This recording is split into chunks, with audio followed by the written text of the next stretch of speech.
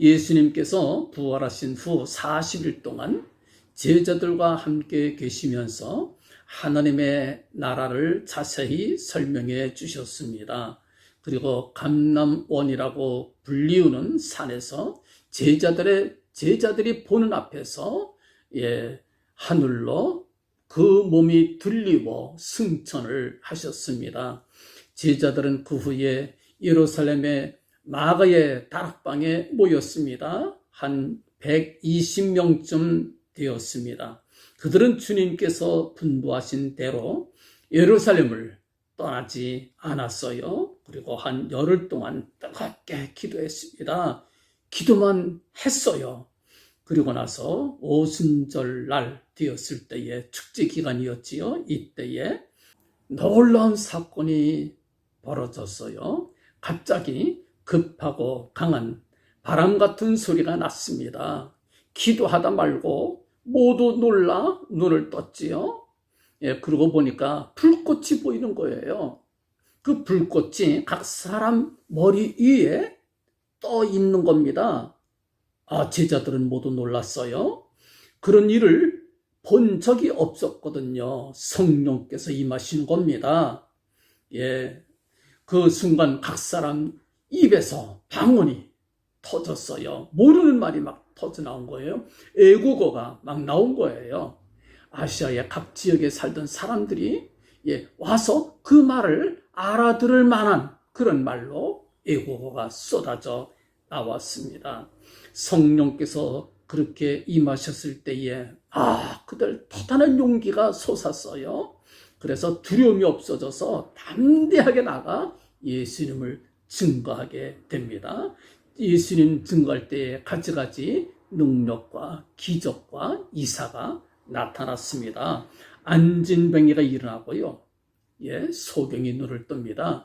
예수님께서 행하셨던 기적들이 제자들을 통하여 일어나고 있었어요. 심지어 죽은 사람도 살아났습니다. 감옥에 갇혔지만 철문이 저절로 막 열리고 석방이 되기도 했습니다. 이 성령의 역사지요.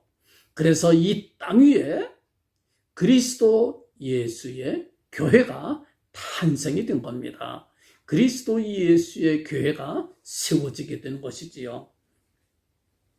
어떤 분들은 왜 오늘날에는 그런 초대교회에 뜨거운 성령의 역사가 나타나지 않느냐, 그렇게 묻는 분들도 있어요.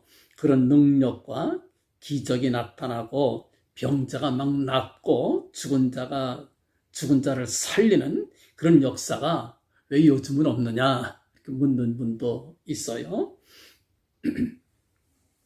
여러분, 성경에서는 성령의 역사를 비 오는 곳에다가 비유를 하였습니다.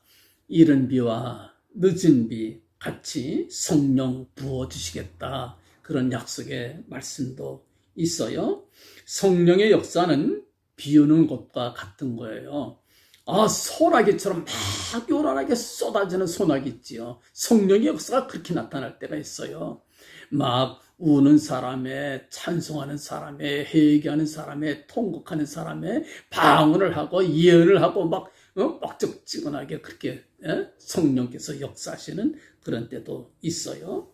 그러나 여러분들, 늘 소나기만 쏟아지는 건 아니잖아요. 늘 소나기만 쏟아지면 그것도 문제지요. 그렇지만 또 다른 비가 올 때가 있습니다. 어느 때는 가랑비도 올 때가 있어요. 가랑비 같은 그런 성령의 역사도 또 이슬비 같이 비가 오는지 안 오는지 구분이 안 될 만큼 조용하지만 한참 지나고 나면 옷이 촉촉히 젖을 만큼 그렇게 이슬비가 올 때도 있지요. 여러분들, 조용한 예배 중에도 성령은 역사하십니다. 성령의 역사가 있는 듯 없는 듯 싶었는데 예배를 마치고 조용히 일었을 때 보면 무언가 내 마음속에 남 모르는 그런 기쁨에 젖어 있어요. 남 모르는 만족에 젖어 있어요. 남 모르는 평안과 그런 믿음에 내가 젖어 있어요. 성령의 역사입니다. 믿으시나요? 아멘. 꼭 열광적으로 기도해야만 성령께서 역사하시는 것은 아닙니다. 물론 그럴 때에도 성령께서 강하게 역사하시는 것을 우리가 봅니다. 또 때로는 조용히 보슬비처럼, 이슬비처럼 또는 안개비처럼 그렇게 임하실 때도 있다. 이걸 우리가 알아야 될 것입니다. 여러분들 필요할 때에는 또 언젠가 세상 끝날에 초대교회 때와 같은 그런 놀라운 성령의 뜨거운 역사가 한 번 더 온 세계에 일어나게 될 것도 요한계시록 11장에 예언이 되어 있습니다. 여러분들 성령께서 이 땅에 강림하셨다는 것이 이게 무슨 뜻인가요? 성령께서 오셨다는 말은 주님께서 성령으로 말미암아 우리 가운데 오셨다는 말도 됩니다. 우리 주님은 지금 어디 계시지요? 예, 하늘 보좌 우편에 앉아 계시지요. 보좌 우편에 앉아 계십니다. 예, 우리 주님은 분명히 부활하시고 승천하시고 하늘 보좌 우편에 앉아 계신다. 예, 성경은 그렇게 말씀해주고 있어요. 그런데 주님께서는 하늘 보좌로 떠나시면서 당신의 제자들에게 이런 말씀을 들려주셨습니다. 본문에 내가 너희를 고아와 같이 버려두지 아니하고 너희에게로 오리라. 요한복음 14장 18절에 그렇게 말씀해 주셨습니다. 이건 여러분들 제자들에게만 주신 말씀이 아닙니다. 우리 모두에게 주신 말씀이에요. 우리는 영적으로 고아와 같다. 예, 그렇게 말씀을 하였습니다. 고아란 표현 속에 우리의 실존의 모습이 잘 설명되어 있다. 이렇게 말할 수 있겠습니다. 주님께서 다시 오시겠다는 말씀은 두 가지 의미가 있어요. 하나는 재림을 의미합니다. 세상 끝날에 영광으로 이 땅에 다시 오실 것입니다. 두 번째 오시는 것, 재림이지요.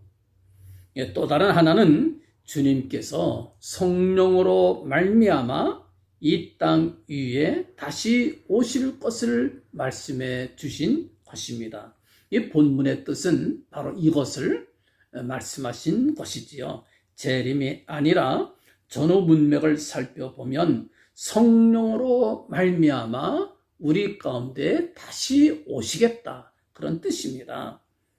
영적으로 우리의 모습은 고아와 같다. 이렇게 말할 수 있어요. 고아는 보호자가 없는 것을 말합니다. 고아는 내버려 두면 죽을 수밖에 없어요. 예, 나약한 존재를 말합니다. 버려진 존재, 무능한 존재, 도움이 절대적으로 필요한 존재가 바로 고아지요. 성령의 도우심은 우리에게 있어도 되고 없어도 되고 그것이 아닙니다. 갓난 아기들에게 엄마가 있어도 되고 없어도 되고 그러나요? 아니지요. 절대적으로 엄마가 필요합니다. 엄마 없이는 못 살아요. 우리 성도들도 성령의 도우심이 없이는 믿음 생활 못합니다. 절대적으로 필요해요. 예, 성령 받아도 되고 안 받아도 되고 그것이 아닙니다. 성령 받아야 우리 믿음 생활 제대로 할 수가 있는 거예요. 우리는 무능해요. 우리는 무지합니다. 갓난아기와 같아요. 갓난아기와 같아요. 아무것도 모르고 아무것도 못해요. 예, 성령 도와주셔야 우리가 예수님도 알아요. 성령께서 도와주셔야 예수님을 바르게 믿을 수가 있어요. 성령께서 도와주셔야 우리가 믿음 생활 바로 합니다. 성령께서 돕지 아니하실 때에 우리는 아무것도 할 수 없어요. 깨닫지 못하고 알지 못하고 예수님 믿을 수도 없어요. 예, 믿지 못하는데 어떻게 순종을 하겠습니까? 나는 갈 길 모르니 주여 인도하소서. 찬송가에 그런 찬송가가 있지요. 어디 가야 좋을지 나를 인도하소서. 어디 가야 좋을지 나를 인도하소서. 아무것도 모르니 나를 가르치소서. 어찌해야 좋을지 나를 가르치소서. 어찌해야 좋을지 나를 가르치소서. 아기같이 어린이 나를 도와주소서. 힘도 없고 약하니 나를 도와주셔서. 이것이 아주 진실한 찬송입니다. 우리의 솔직한 찬송입니다. 구원은 어떤 존재이냐? 하나님께서 선지자 에스겔을 통하여 우리에게 보여주시는 말씀이 있습니다. 황량한 들판에 어디선가 들려오는 가냘픈 갓난아기 울음소리가 들립니다. 뭘까? 누굴까? 들춰봅니다. 너의 난 것을 말하건대 네가 날 때에 네 배꼽줄을 자르지 아니하였고 너를 물로 씻어 정결케 하지 아니하였고 네게 소금을 뿌리지 아니하였고 너를 강보로 싸지도 아니하였나니. 에스겔서 16장 4절입니다. 고아란 무엇입니까? 버림받은 아기. 귀하지요. 갓 태어나 배꼽줄도 자르지 못하고 버림당했습니다. 그것이 고아지요. 물로 씻질 않아 피가 묻어 있습니다. 주름진 피부에 고사리 같은 손가락, 발가락에 가냘픈 양팔을 휘두르며 울고 있는 버림받은 새빨간 아기, 그것이 고아지요. 5절에 이렇게 말씀합니다. 너를 돌아보아 이 중에 한 가지라도 내게 행하여 너를 긍휼히 여긴 자가 없었으므로 네가 나던 날에 내 몸이 꺼린 바 되어 네가 들에 버리웠었느니라. 버림받았습니다. 누군가가 들판에 버렸어요. 아무도 돌아보는 사람이 없습니다. 그때 하나님께서 그 곁을 지나가십니다. 내가 내 곁으로 지나갈 때에 내가 피투성이가 되어 발짓하는 것을 보고 내게 이르기를 너는 피투성이라도 살라. 다시 이르기를 너는 피투성이라도 살라. 여러분들 갓 태어난 어린아기를 보셨나요? 발짓 손짓합니다. 악을 쓰며 웁니다. 눈물도 아직 안 나오지요. 그러나 인상을 쓰면서 웁니다. 무슨 뜻인가요? 배고프다는 뜻입니다.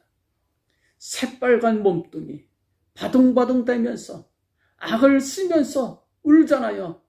피투성이가 되어 발짓하는 것을 보았다. 성경은 그렇게 말씀을 합니다. 불쌍한 모습이지요. 누가 보셨습니까? 하나님께서 보셨습니다. 우리의 부르짖는 모습이 바로 이 모습 아닙니까? 우리의 기도하는 모습이 바로 이 모습 아닙니까? 영적으로 보면 우리의 기도가 바로 이런 모습이지요. 하나님 도와주세요. 하나님 살려주세요. 하나님 젖을 주세요. 부르짖는 그런 기도. 하나님께서 우리를 외면하시는 것이 아닙니다. 하나님의 긍휼이 역사하십니다. 너는 피투성이라도 살라. 한 번만 말씀하신 것이 아닙니다. 다시 이르기를 너는 피투성이라도 살라. 반복하신 겁니다. 이것은 강조하는 뜻이 있어요. 하나님의 애타는 마음이 담겨 있어요. 하나님의 속이 탑니다. 다시 이르기를 너는 피투성이라도 살라. 우리를 구원하시는 하나님의 손길입니다. 독생 성자 예수를 이 땅에 보내신 뜻이 여기 있습니다. 그 독생 성자 예수께서 십자가 위에서 피 흘리신 뜻이 바로 여기에 있어요. 주님께서 우리를 대신하여 피투성이가 되셨습니다. 처절하게 처형당하시고 우리의 죄값을 대신 지불해 주셨습니다. 독생성자 예수를 보내 우리 대신 십자가를 지게 하셨던 사랑과 국률이 무한하신 하나님께서 우리 구주 예수 그리스도를 대신하시어 우리를 돌보실 보혜사 성령을 우리에게 또 보내주셨습니다. 우리에게 성령의 도우심은 있으면 좋고 없어도 괜찮은 것이 아닙니다. 갓난 아기에게 엄마가 절대적으로 필요하듯이 우리에게 성령의 도우심은 절대적으로 필요합니다. 반드시 필요합니다. 꼭 필요합니다. 미련한 우리는 영적으로 우리가 얼마나 허약하고 무지한 존재인지를 전혀 모릅니다. 모르고 살아요. 그러다가 위급한 순간 죽음을 앞에 놓고 서야 깜짝 놀라 공포에 질립니다. 몇 년 전 제가 한국에 나갔을 때에 어느 목사님을 만났어요.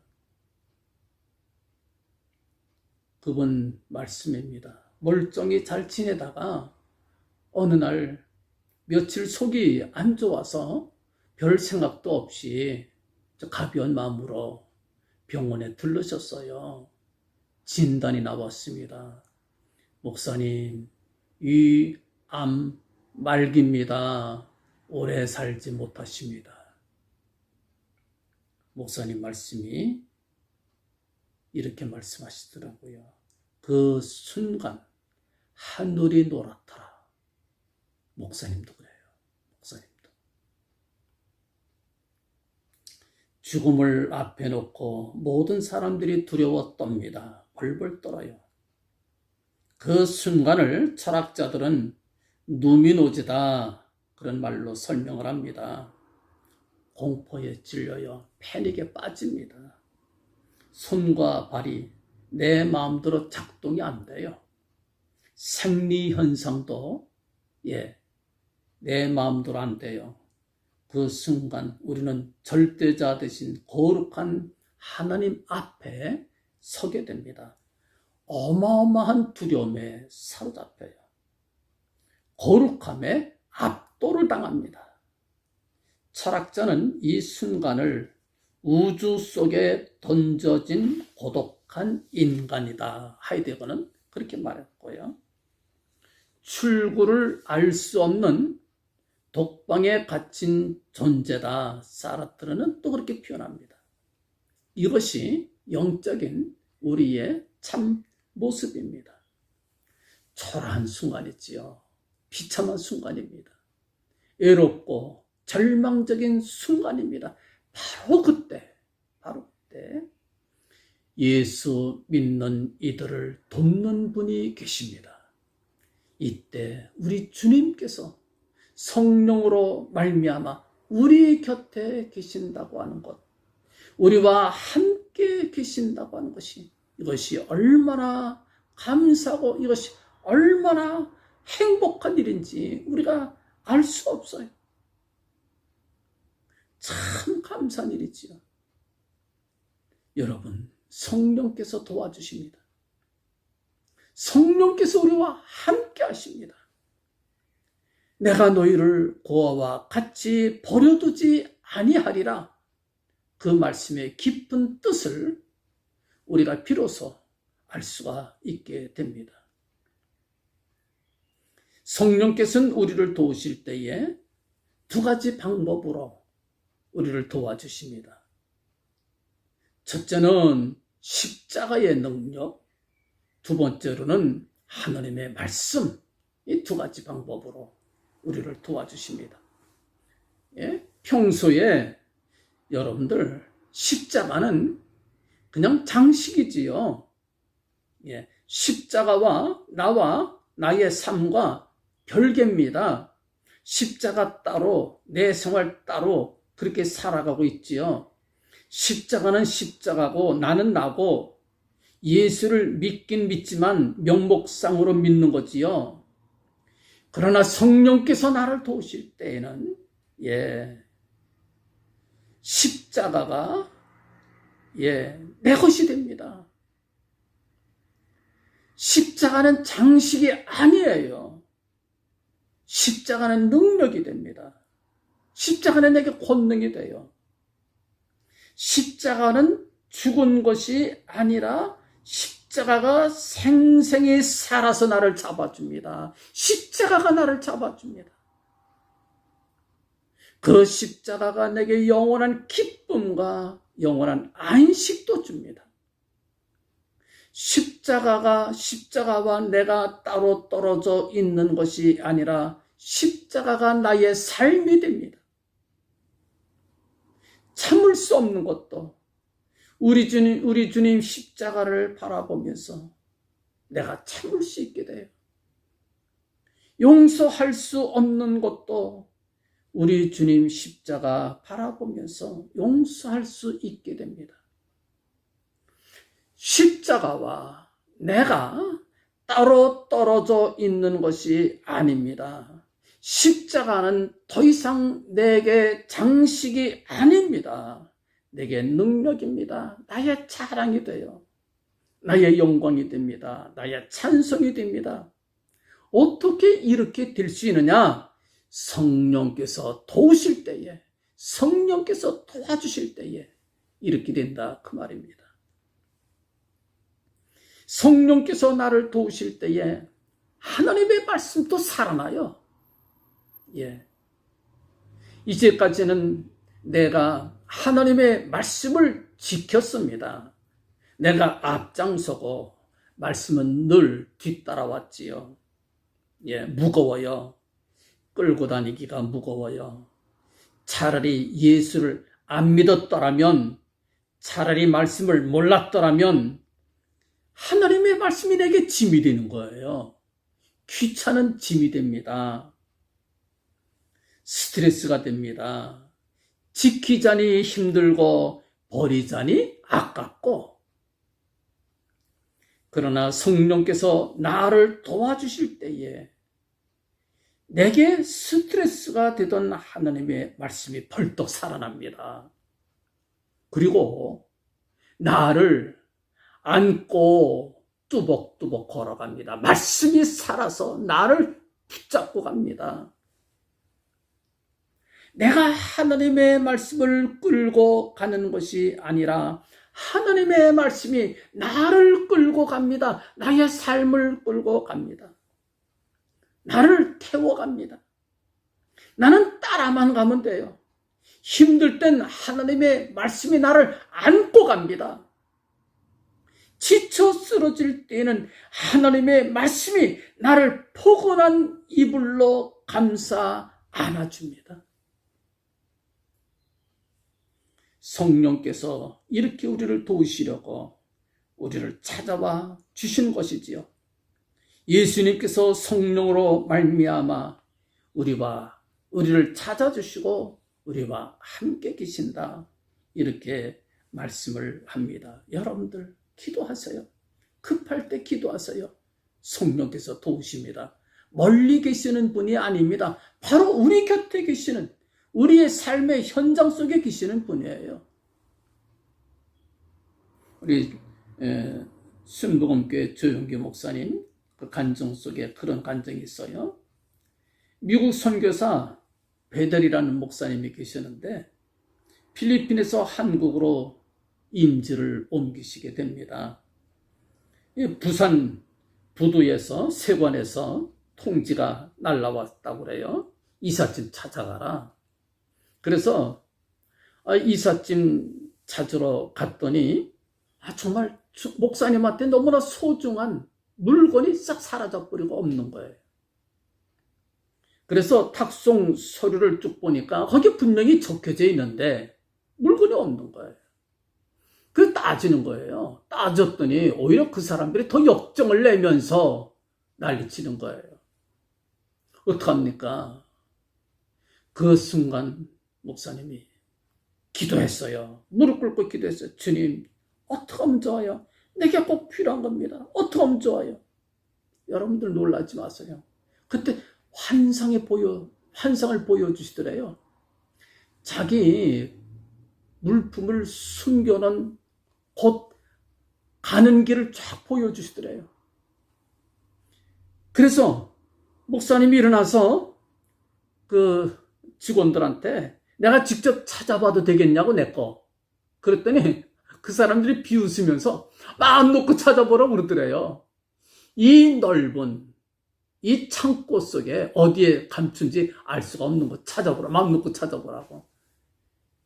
그러나 선교사님은 자기가 본 환상이 있잖아요. 환상에서 본 그대로 절절절 따라가는 거예요. 조그만 문 앞에 딱 도착합니다. 뒤따라오던 직원이 사색이 돼서 그 문 열지 말라고요. 웬걸요. 힘껏 열어 제치니까 딱 목사님께 거의 다 있는 거예요. 여러분들 급할 땐 기도하세요. 성령께서는 지금도 우리와 함께 계심을 믿으시기를 바랍니다. 이 세상은 점점 더 혼돈 속으로 치닫고 있어요. 코로나 사태가 좀 지나가나 싶었더니 또 다른 전염병이 발생했다고 합니다. 여기저기 자연재해가 터집니다. 중국이 물난리를 겪고 있고 일본은 지진과 화산이 폭발하고 있고 우크라이나 전쟁은 벌써 몇 달째 계속되고 있고 물가는 치솟습니다. 각 나라마다 경제를 예측할 수 없다고 합니다. 전문가가 말을 못한대요.